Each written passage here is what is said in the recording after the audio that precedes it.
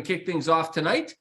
Pretty rare. Usually we got either Patrick or someone else kicking things off. So it's great. I'm happy to be here and to kick things off and to talk about legalizing suites, densifying properties, how to create cash flow. And because one of the things we constantly are hearing is there's no cash flow, there's no cash flow, there's no cash flow. I can't find cash flow. I'm going to put this myth to bed tonight, and we're going to show you how to create cash flow, not just find cash flow. And that's really one of the biggest things, ladies and gentlemen, with investing in real estate, is that sometimes you're handed a set of keys on closing, and it's like, oh my God, this property is not going to cash flow.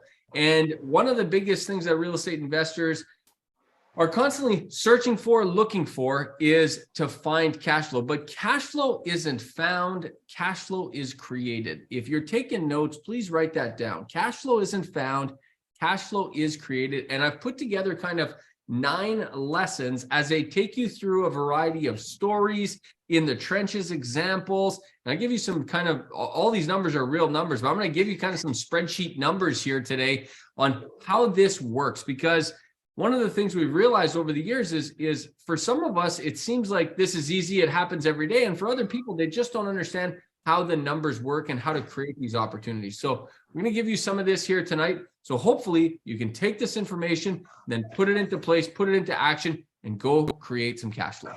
So let's start from the beginning and ask ourselves, if a property isn't cash flowing, okay, so it's not cash flowing, you're cash flow negative, you're not making any money. And let me tell you, there's absolutely nothing worse than owning a piece of real estate that's supposed to make you money, that's supposed to create wealth for you. And every single month you got to feed this thing, and it's a headache and it's a pain in the ass and it's not working for you.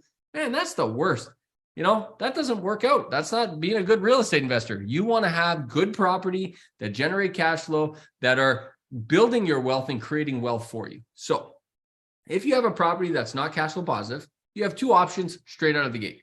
Number 1 is to put down more cash, put down more money, put down more deposit in order to make it cash flow. Now, before I get to the densification part, which is option 2, I just want to reiterate, this is a real opportunity. This is a real possibility that a lot of investors overlook. Actually, in fact, I was talking to some investors a little while ago, and all of the properties they were looking at, they were running the numbers at 80% LTV. And the numbers weren't working. They weren't able to cash flow in that particular city at an 80% LTV. But my question was, does it work at 70%? Because some of the best deals I've ever done in real estate, I did them with, and I had to put down 30% deposit in order to make the numbers work up front. Then over time, I was able to take my money back out of that deal through various refinances. And as a result, it was a fantastic deal. But in order for the deal to work up front, I had to put a little bit more money down. So my first thing is, and you could work with Keith on this, you could work with Dahlia on this, you can work with all of our incredible mortgage experts. If the deal doesn't work at a certain LTV, ask yourself the question, where does the deal work? Maybe you got to put 33% down. Maybe you got to put 40% down. I don't know. It depends on the deal. But the point is take a look at that. Your overall ROI might go down because you have a little bit more cash in the deal. So the ROI might look lower. But I'll tell you this, folks, you can't pay your bills with ROI, but you can pay your bills with cash flow. And you are looking for cash flow in some of these deals. So option 1 is a real option. Now, for some of you, option 2 is what you're looking for, which is, how do I densify? How do I increase the number of rental units? And how does that work in the real estate world? Well, that's what I'm going to take you through in this presentation. This is something that we do at Visture Property Group every single day. We do it for ourselves. We do it for our clients, our property management clients that we do conversions for. It's a very, very common strategy for us at Visture. So I'll share with you some of these numbers and how it works. So here's an example of a single family home. This is what, when you walked in that front door, you essentially go up 3 flights of stairs, and it's the main level. You go down 3 stairs. You go up 3 stairs, it's the main level. You go down 3 stairs, it's the lower level. So this is essentially, think of it as a raised bungalow. And these are great properties that get to be densified. And a lot of these, as single family homes, they're cash flow negative. They do not make any money. And I'll show you how that works, and I'll show you how to densify them. So here's the numbers. that particular property, if I bought that, it would rent for $36,000. So single family rent for $36,000, $3,000 a month is the max I can get for this. The value of that single family home is $637,000. The after repair value, since I'm not doing anything to it, is $637,000.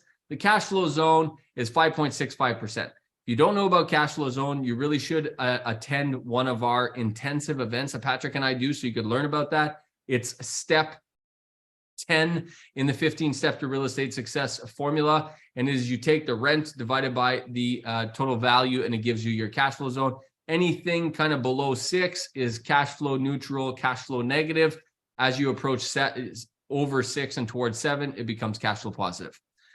If I'm keeping it a single family home, renovation costs are 0, meaning at an 80% LTV, you get $509,600. That would be your loan amount on it. Okay. That's as a single family home. In this example, it would be cash flow negative, especially at today's interest rates. Let me give you, if you duplex it, if you add a secondary suite, and when I say duplex, it's a term we use here in Ontario. I'm just talking about 2 units, right? Whether you do a single family with an accessory suite or a legal duplex, point is you got 2 income sources, no longer just 1 income source, but 2 income sources. The rent goes from 36 grand to 52,800. The value goes from 637 to 720. The after repair value is 720. You bought it originally for 637,000. But then, as you can see with the renovation cost, it cost you $65,000 to do this particular example. The cash flow zone becomes 7.3%, which means it becomes cash flow positive. And at the end, your financing at an 80% LTV is $576,000. So the first thing I want you to pay attention to, and you may have already run the numbers in your head, for some of you that are a little bit more sophisticated, you're thinking, ooh, that's interesting. If you consider these projects, folks, if you do them right, and this doesn't happen all the time, but if you do them right, and if you get the right project, you can often do these and it doesn't cost you, you don't have to put in any extra cash, because when you refinance at the end, you're able to pull out some, if not all of your cash. Does it happen all the time? Hell no, it doesn't happen all the time, but it is possible. And we've done it many, many times. So it is possible. In this example, if you have an aftermarket value of 720,000, which is what this project came out at the end, if you finance at 80% LTV, you would get a $576,000 loan. You invested $65,000 of renovation, which means there's a difference of $66,400. Meaning, in the end, you're negative $1,400, which means this renovation, it didn't cost you anything. It paid you $1,400 to do this. And you got a cash flow positive property that's worth $720,000, which is more than the original 637. So all in all, this is a good. Does everybody see this? Any questions on this before I move forward and I get into the lessons? And I will, by the way, do a Q&A at the very end of tonight. If I'm not too tired, which I won't be, I'll do a Q&A at the very end of tonight in case questions come up. So as questions come up, just write them down. Okay, folks? So lesson number 1, I want you to know this is possible. Ladies and gentlemen, I want you to know this is possible. And I know that a lot of people look at a story like that and they operate on top of, yeah, but that's JG. Yeah, but that's Visture. Yeah, but that's this sophisticated investor and that's this investor. I couldn't do that. Folks, you can do this. I'll show you at the end who you need to work with, and I'll share that throughout this presentation. But I just want you to know that this isn't rocket science. When I started doing this, we didn't have experience in this. This is something we learned how to do. It's a tactic we learned how to do, and we've been successfully executing it now for a decade. And it is something you can do. So I want you to know it's possible. Don't tell yourself the story that it's only possible for David Maxwell. It's only possible for Patrick Francie. It's only possible for JG Francoeur. That's not the case. Okay. I also want you to expand your thoughts of property type. Okay. Raised bungalows are fantastic properties to suite. That's the last one I showed you, right?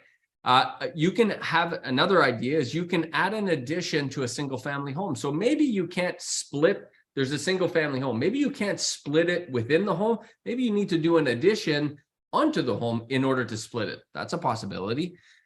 Don't forget, you can not only go single to double, but you can go duplex to triplex. So 2 units to 3 units. You can go 3 units to 4 units. Anything that's a densification could definitely work for you here.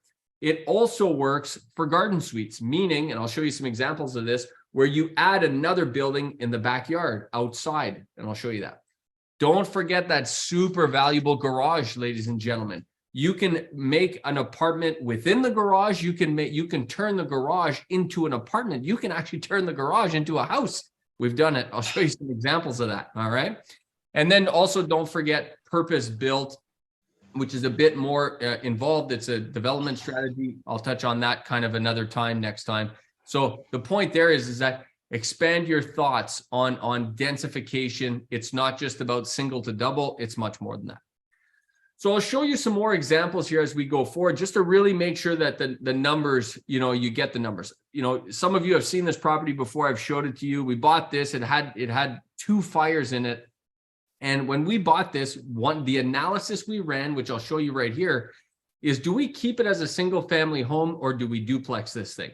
Now, this is a small building, folks. The main floor of this is 1,300 square feet. And the upper is only about 500 square feet because of that kind of the peak roof. You really lose a lot of square footage there at the top. So the top is much smaller than the bottom. So it's not a very big building. So we had to run the numbers and say, is this really worth it to create a duplex? Well, I'll share with you the numbers. So as a single family home, we could rent it for $2,000 a month or $24,000 if we rented the entire thing. We bought it, its value when we bought it in the state I just showed you, which, by the way, is not part of my comedic act. Those are real pictures. That's what it looked like when we bought it. It was 140 grand. I mean, it was land value only. Everybody thought we'd tear it down. We didn't. We rebuilt it, but we bought it for 140 grand. Now, the after repair value on a single family home, we ran the numbers and it was going to be $350,000. The cash flow zone would have been 6.8%.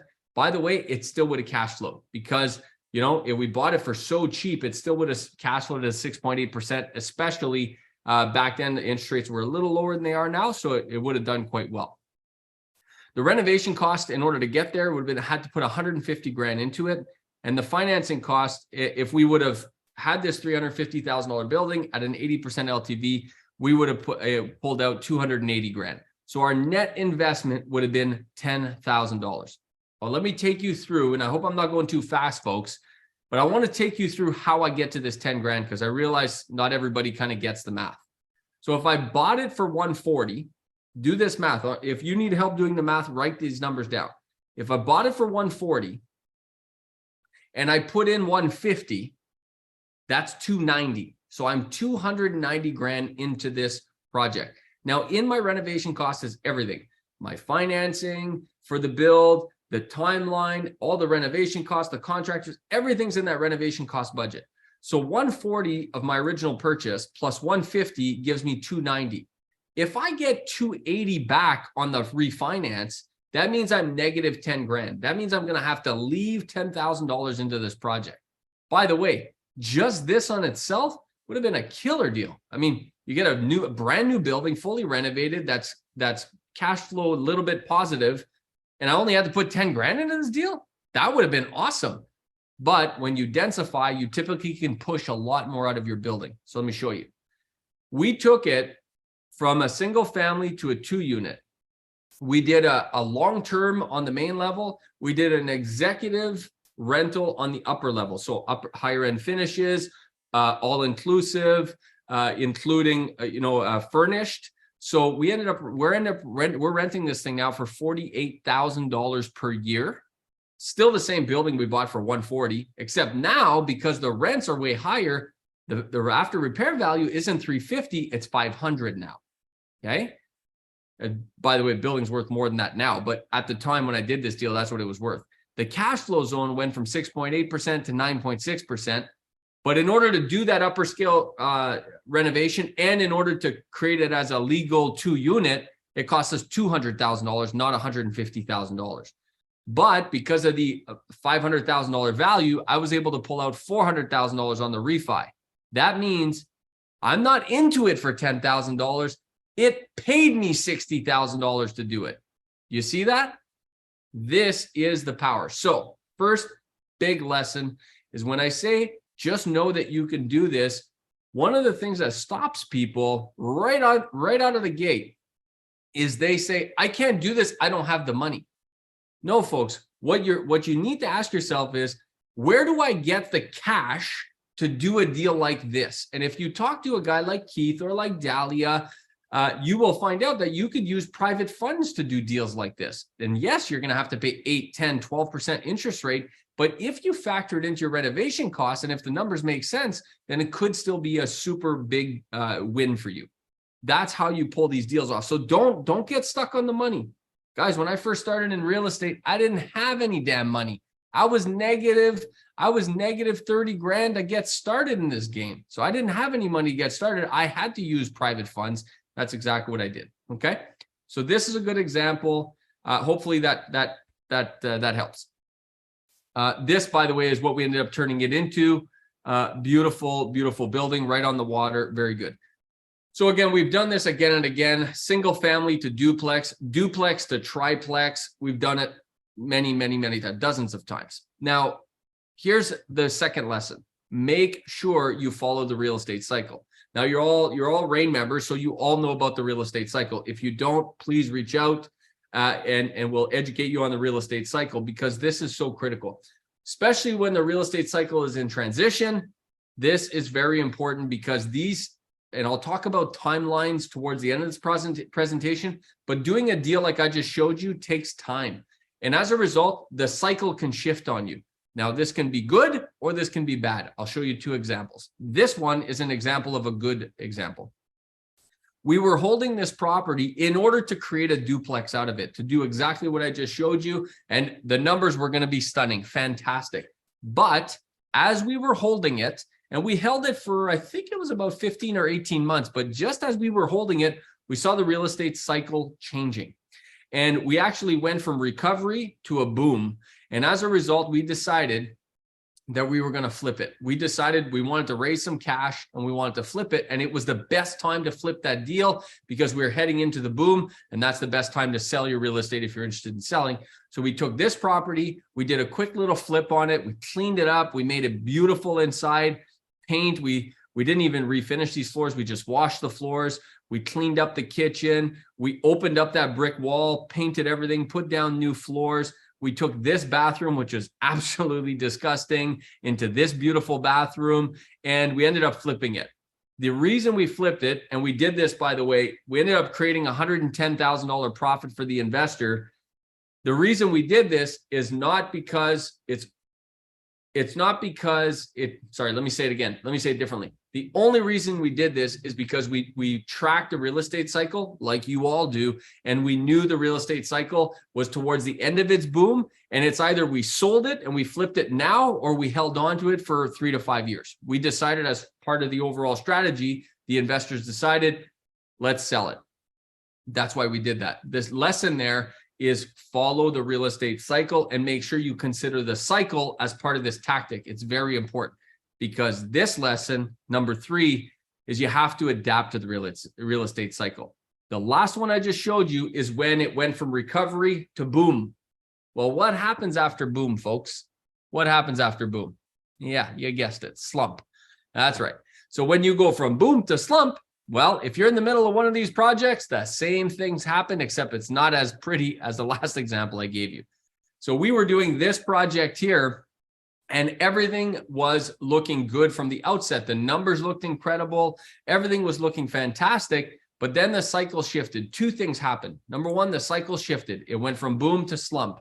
By the way, that can happen very quickly. Second thing, we discovered all kinds of different things that we couldn't see from the outset of the building. So once we started taking the building apart and taking the floors up and getting behind the walls, we figured out, oh my God, this thing is falling apart and we didn't know it. So we had some beams that were slanting. We had a bunch of supports that didn't even exist. We actually, believe it or not, under those, you see those big posts right there, those are 5-ply 2x6 posts. Under those, well, first of all, they didn't exist. first and foremost, you can see we added them. But second of all, not only did they not exist, there was no footing under that building. There was no footing, like that. It was resting on dirt. There was nothing there. So obviously, when we uncovered this, we had to fix this. That took us much longer and added some costs. So as a result of this, it definitely, and because of the cycle shift, that's why you have to adapt to the cycle. Now, look at this building. I mean, it was insulated with newspapers. I think we pulled out some newspapers in the walls from like 1946 or something, right? So you got to be prepared for these things, folks. In the end, the project turned out absolutely spectacular. Look at this thing. Beautiful. Can you imagine? This is literally a horse barn. Like, I'm not kidding you. This is a horse barn, a carriage house that we turned into a beautiful house, 2 bedrooms, 2 bathrooms, really, really nice. By the way, it rented for top dollar in 2 days. It was awesome. Turned out really, really well. Great project, but there's some important lessons. The redevelopment budget can shift fast. When we uncovered those things, the budget doubled. It went from like 80 grand to 160 grand, first and foremost. Then the timeline doubled because you found out those problems. Now you got to redo footings, you got to build beams, you got to build posts. This stuff takes time. You got to get engineers involved. The timeline doubled. And because of the cycle shift, the appraisal came back lower because the cycle had shifted. So that's the realities of what can happen in these projects, which is why you have to be really on top of your game when it comes to the economic analysis, which is why we're so big on that economic analysis, which we talk about a lot at Rank. Lesson 4, think outside the property. If within the building it doesn't work, you just can't make it work. It's like, I don't know how I'm going to subdivide this thing. I don't quite know where to add walls. I just can't seem to densify the inside of the building itself. Then think outside the building, especially if you're in Ontario. And I know in Alberta, they're bringing this to like the individual cities, like Edmonton's already onto this. And many other municipalities are jumping onto this, but there's going to be a huge movement. I've been saying it for some time, for coach homes, where you can build homes in the backyard. So you could see here, this is us. We're just preparing to excavate. And we actually put a small, this was a 750 square foot footprint building, 2-story, in the backyard of this investor's house. So this is one of our clients. You can see like that orange fence right there. The footings of the coach home is 1.2 meters. That's just under 4 feet to that orange fence. That's how you don't have to be very far. And this is going to turn out to be a fantastic project. And you can imagine if you add this kind of footprint and this kind of rental rate to your existing property, it could really change the numbers. So think beyond your existing property. Look at your backyard, look at the size of your property, look at the size of your lots, and also consider some of the new building technologies, folks. I'm going to talk about this at Accelerator, so stand by. But look at this. This house, I'm going to show you some cool shots. This house came in the back of a truck, and this truck backed up at 1 p.m. And by 4 p.m., we had this half of the house built. The next morning, I had this half of the house built. And by the end of that day, essentially the house was pretty much built and assembled in less than 18 hours. Pretty incredible. So consider some new building technologies that are coming out. I'll bring more of that to you at the big Accelerator event I'll be speaking at. Lesson number 5, and this is where we get into the good stuff. By the way, is this good, folks? Are you guys enjoying this? Am I on the right path here with this speech, or is everybody falling asleep? Let me see. Or should I break it up with some of my comedic act? What do you think? Is it time for comedy, or no? No, just carry on. Just carry on. Thanks, Manny. You're so a dad joke, please. Thank you, Annie. Okay, lesson number 5, plan for problems. These projects, ladies and gentlemen, are your job. When you take on one of these projects, I want you to reframe how you look at this. What I mean by that is your job when you take on this kind of project is to solve problems. So you have to plan for the problems right up front. They're going to be part of it. And I'm going to give you some real key things in order to make sure that you bring solutions to those problems. First and foremost, you need that power team. Do not take on one of these projects on your own. If you have never done it before, even if you have done it before, you know this is true. You absolutely need a power team. And when I say a power team, I'm talking about the planning consultants that are going to help you push this permit through. I'm talking about the interior designers and the architects and the engineers that you might need for your project. Depending on the size of your project, you might have different requirements. And you must have a good renovation team that's done this before. Densification projects are different than renovation projects. So you want to hire a team that isn't good. You don't want to hire a team that only does like bathroom renos for mom and pops. That's not what this is important here. What's important here is that you have a team who's done densification before, who knows about fire code, who knows about sound code, who knows about interconnecting smoke alarms, who knows all these nitty gritty of doing these things. That's the kind of team you need. And you really want someone with a proven track record who's done this, again and again. That is so critical in this. And Kelly absolutely nailed it with contingency budget, which I'll talk about at the end. Disclaimer, make sure that you check with your local bylaws, ladies and gentlemen, and your municipality. Every municipality is different. Edmonton's different than Calgary. Red Deer is different than Lethbridge, definitely different than BC. The Lower Mainland and Abbotsford is going to be different than Vancouver. Very different from the interior. The point is you must get to know your local municipal bylaws. Things like zoning could really, really trip you up. And you have to get to know these nitty-gritty things about zoning and about the building permits and about all the different minor variances you might need. And tonight's talk, I don't have enough time to teach you all of that stuff. The point is make sure that you get into those nitty-gritties, because that's what's going to hold you up, okay? Lesson number 5, always go legal. Always do legal. One of the first considerations that you're going to have as a rookie doing this is you're going to ask yourself, do I really got to go legal on this? I mean, it's going to cost me for a building permit. It's going to cost me for this. It's going to cost me for that. Can I just throw an illegal suite in there and hopefully get some more rent? Absolutely not. Please do not do that, folks. And we'll talk about this, because at the end, I'll bring on Keith and I'll bring on Jordan, and they'll show you and tell you, you won't get your building value out of it. If it's an illegal unit and you don't have the paperwork on it, you won't get the value. You won't get the appraisal. You're going to have a bitch of a time to sell it. And I use that word intentionally. And if you're asking, well, JG, how do you know this? Well, guess what? I've made those mistakes. So don't go illegal. You're thinking you're going to save yourself a few bucks, but in fact, you won't save yourself any money. You're going to end up wasting more money, and you're going to be stuck with this property because it's going to be an illegal unit. Now, there are some municipalities across the country that have a process to take your illegal unit and make it legal. That's awesome. And you definitely should do that. You should work with the experts you got to work with in order to get that done.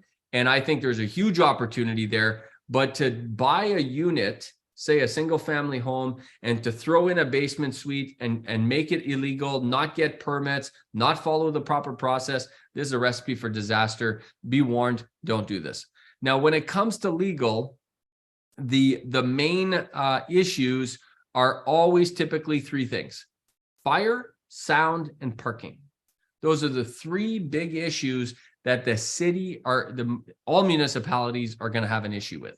So if you're gonna zero in on any particular parts of the code and parts of the bylaws, go read up on the fire, go read up on the sound, go read up on the parking, and get to know that really, really well, because that's typically where they're going to get you and where they're going to slow you down. A couple pro tips, and some of these are pro tips from Ontario. I hope they translate. I imagine they do. Here in Ontario, so take fire as an example, right? There's a certain amount of fire resistance, which is measured in minutes, that you need to have between your floors and between your separations. This is why you need 1/2-inch drywall on one side, safe and sound insulation in the middle, and then 2 layers of type X 5H drywall with resilient channel between it. You need to have that system between all separations in Ontario. I imagine I know it's the exact same in BC and Alberta. Okay, so you need that system. Well, And that's the reason you need that, is because you need a certain amount of sound deadening, you need a certain amount of fire resistance, and as a result, that system meets all of the, checks all the boxes of the municipality.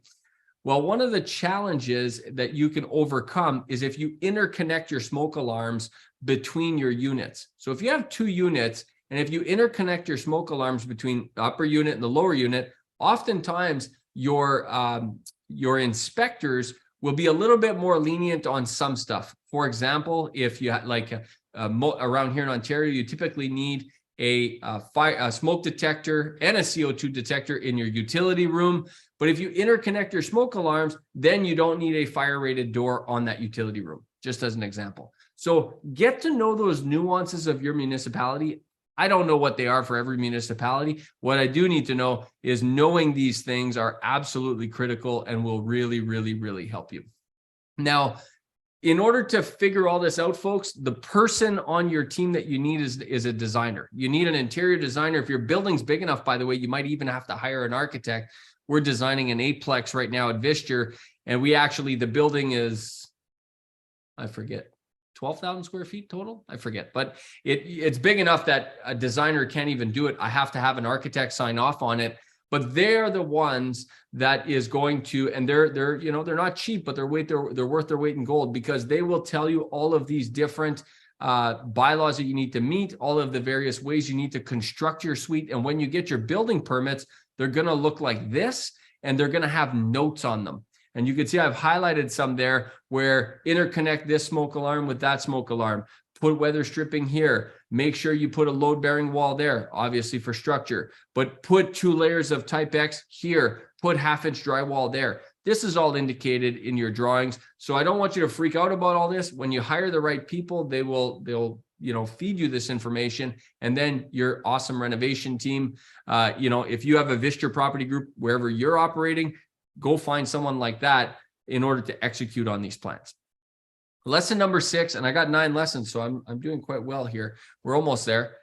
Lesson number 6 is think renter profile first. And what I mean by that is, and designers are fantastic, by the way. I work with a host of designers that are incredible. One of my best friends is an architect. They design some of the greatest buildings in the world. But you as the landlord, you as a rental housing provider cannot abdicate this responsibility, because this is your rental. And what I mean by that is you have to think about, how is this renter going to live?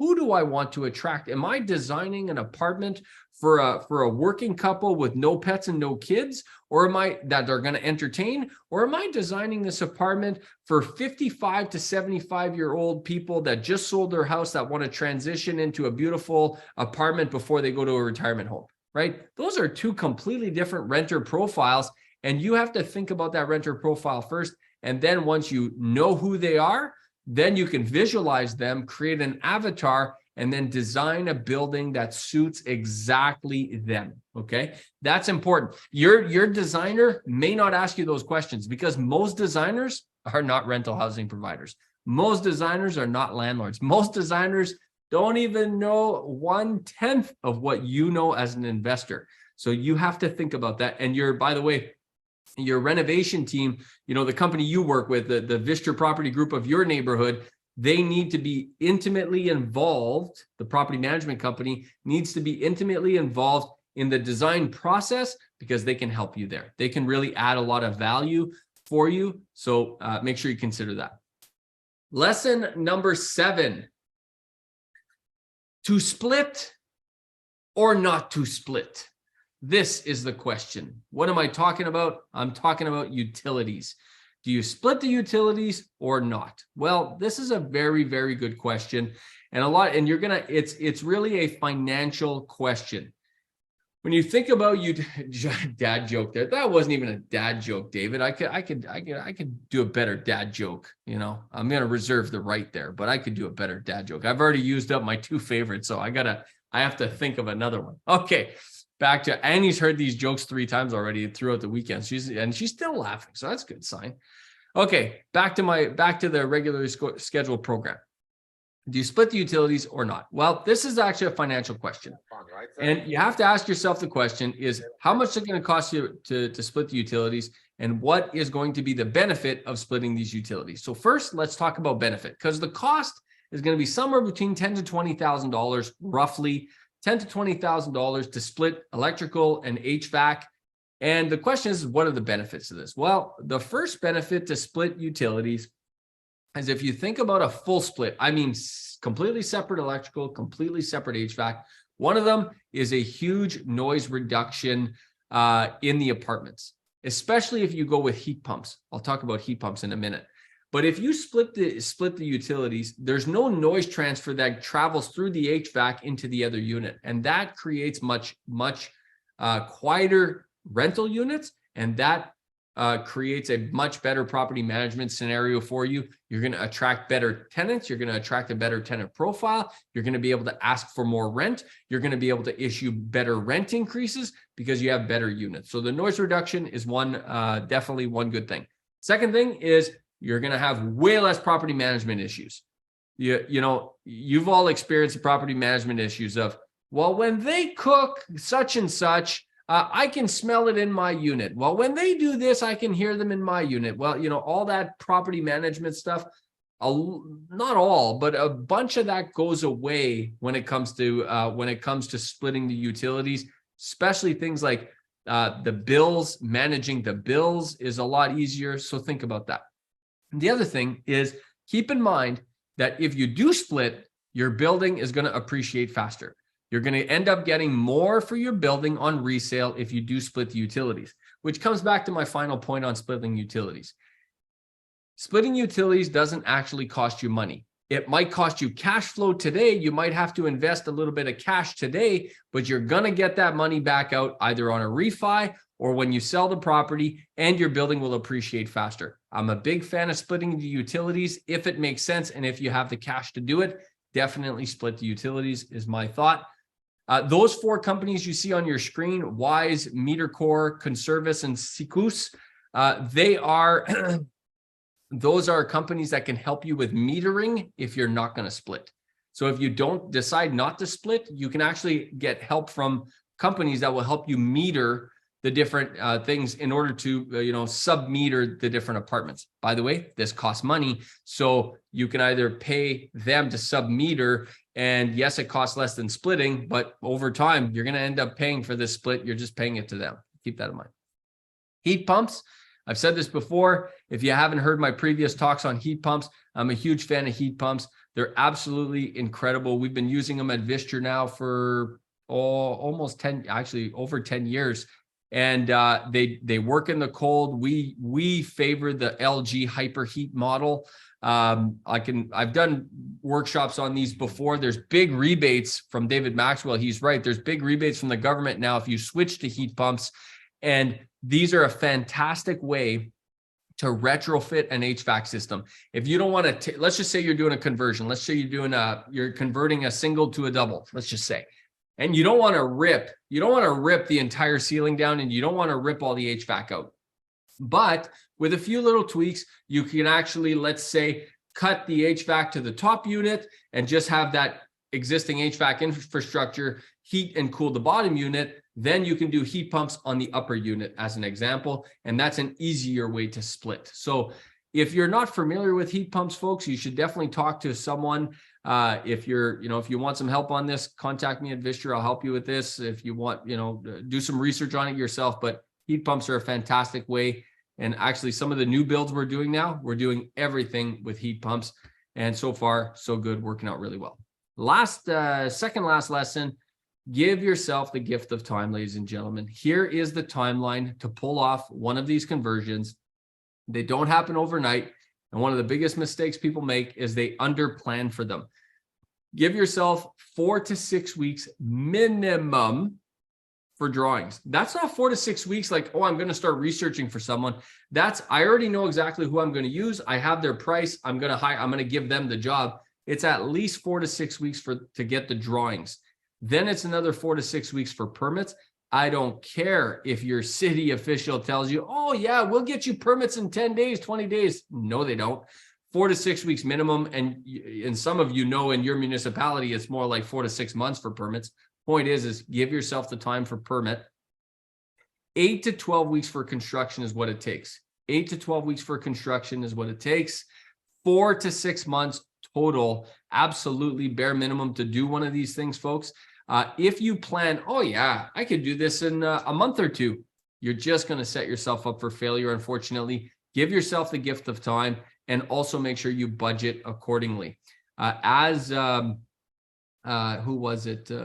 As Kelly mentioned, here, by the way, take a screenshot of this. This is what the average price, it might be a little bit more, a little bit less in your neck of the woods, but this is, if you want to start budgeting, this is the average price on a lot of this stuff. These prices are still very relevant here today. I'm still using a lot of these prices, so it definitely works.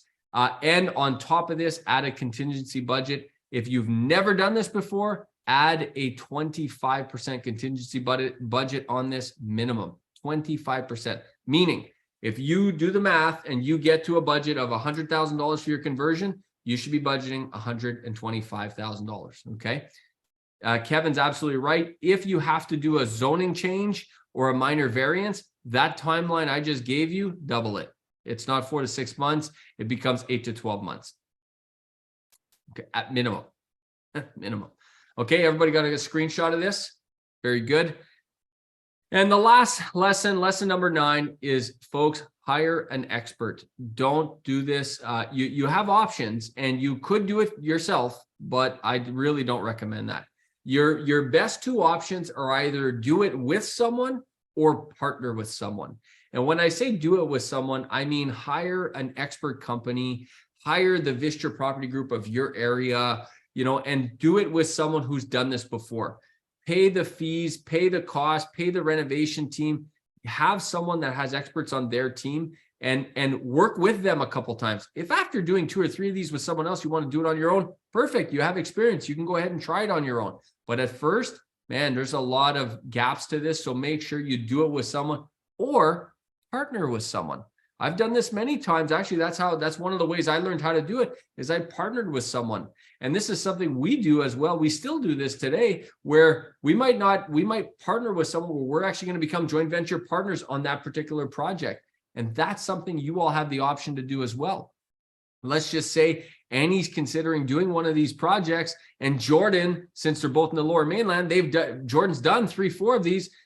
Maybe Annie finds the deal and brings it to Jordan, say, Jordan, let's work together on this. Let's JV on this. Here's how the deal could look, and start negotiating a deal. There's definitely an opportunity there, but one way or the other, especially for your first few, hire an expert, work with that team, do it with someone or partner with someone is my best advice. So with that, I will leave it there. That is the presentation for tonight, Mr. Francie. Hopefully that was great.